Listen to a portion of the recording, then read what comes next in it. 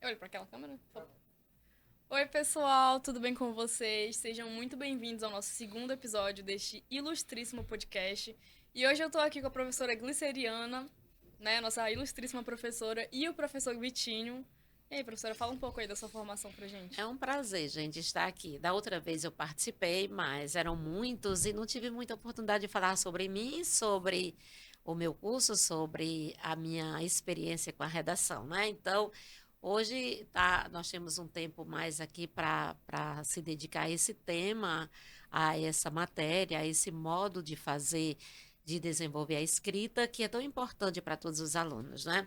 Então, eu sou a professora Gliceriana Maciel de Moraes. Eu tenho mais de 30 anos, eu não vou dizer precisamente para vocês não fazerem assim uma continha e descobrirem a minha idade, né? Mas mais de 30 anos de experiência trabalhando com esse público de ensino médio, colocando os meninos na universidade. Então, experiência assim, eu digo para os meninos assim numa linguagem mais informal, gente, estou muito rodada. Eu já passei pelo Ida Nelson, já passei pelo Literato, já fui do Auxiliadora há 20 anos, já passei pelo Doroteia, Eita. já. Agora estou no Adalberto Vale, trabalhei na rede pública a vida inteira também. Minha experiência sempre é a rede privada e a pública também. Então, assim, é uma larga carreira de experiência fazendo esse trabalho que eu amo fazer, que é ensinar a desenvolver a escrita dos alunos, fazer com que os alunos tenham um entendimento melhor de mundo, através desse olhar, dessa interpretação de texto, desse entendimento de mundo. Não é fácil, mas é muito prazeroso. Perfeito, perfeito, professora. E a gente fez algumas perguntas para os alunos no Instagram, que nem foi no último podcast, né?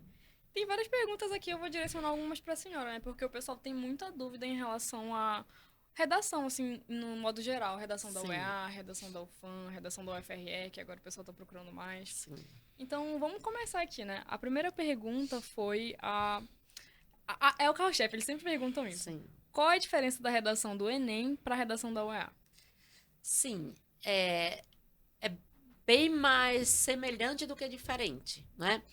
Tanto a redação da UEA como a do Enem, ambas pedem uma dissertação argumentativa, né? Então, o aluno tem que entender o que é essa tipologia textual que a gente ensina tão detalhadamente nas escolas e nos cursinhos, né?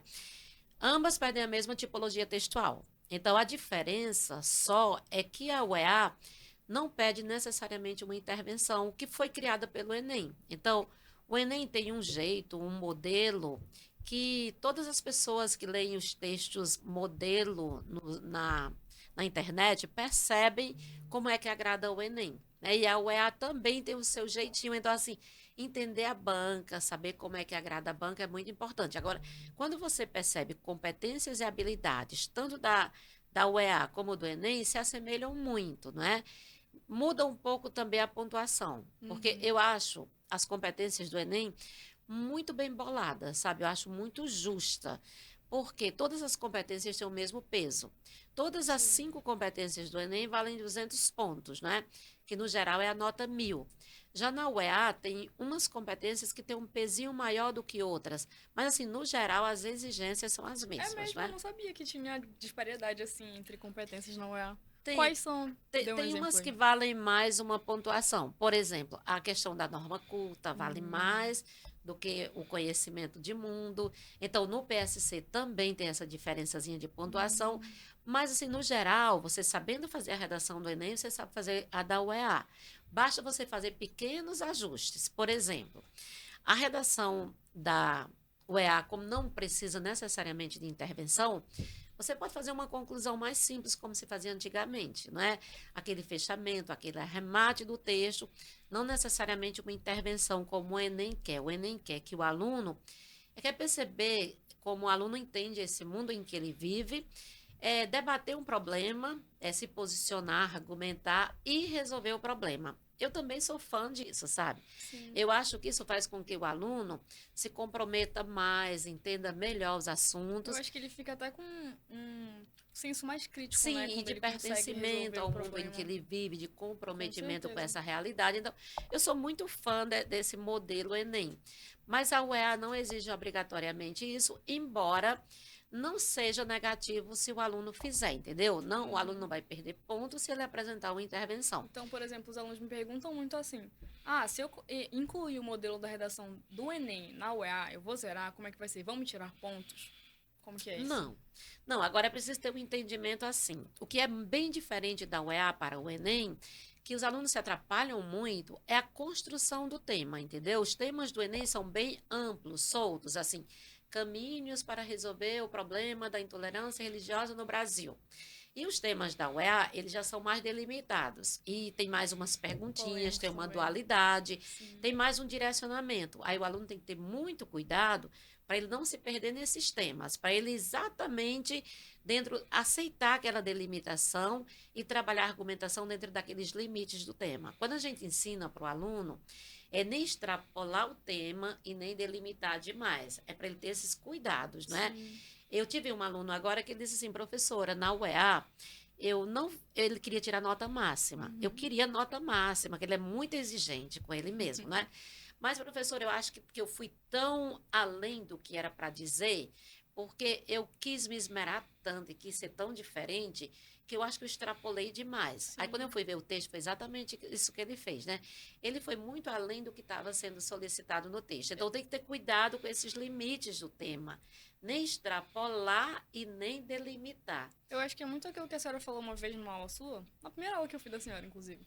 Que às vezes o aluno escreve muito bem, que sabe a norma culta, sabe falar das outras coisas, mas ele não encaixa no padrão do texto. Isso, Então, assim, do que a banca quer. sim, precisa, o aluno tem que ter essa percepção de que ele precisa encaixar o texto dele dentro da banca VUNESP, dentro do INEP Isso. e dentro de qualquer outra banca que ele for Isso. prestar. Como qualquer vestibular e como qualquer concurso, você tem que conhecer a banca, né? Quem é que se dá bem em algum concurso e vestibular?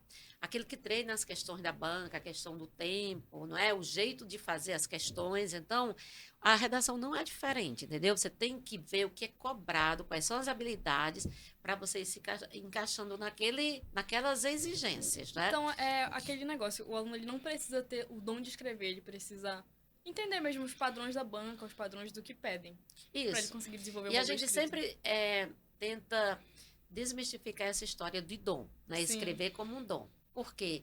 Porque muita gente pensa assim, eu não tenho esse dom, eu não gosto de escrever. Não existe isso, não é? Todos os grandes escritores, eles dizem que todo mundo tem capacidade de escrever. A escrita, ela é desenvolvida, é um processo de aprendizado lento, mas que todo mundo é capaz. E isso é provado nos nossos cursinhos, nas nossas salinhas, na nossa sala de aula. O aluno que escreve mais, ele avança mais. O aluno que escreve menos, ele avança menos. Aí, como você perguntou, todo mundo, basta saber escrever? Basta ser aquele grande leitor que escreve bem? Né? Não. Você tem que, mesmo que você escreva bem, mas você tem que saber quais são as habilidades que são cobradas para você colocar o seu texto dentro daquele formato para você tirar a nota maior, máxima e conseguir o objetivo que você quer, entendeu? Sim. Então, tem muitos alunos que escrevem bem, muitas pessoas que estão fora de cursinho, escrevem bem, mas não sabem exatamente como é que é feita a correção.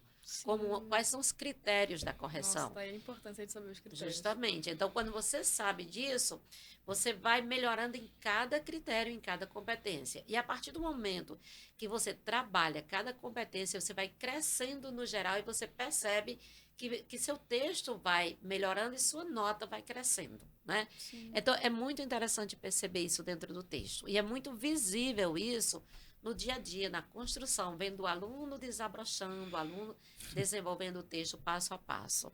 É um trabalho minucioso, sabe? É trabalho mesmo, é árduo, tanto para o professor como para o aluno.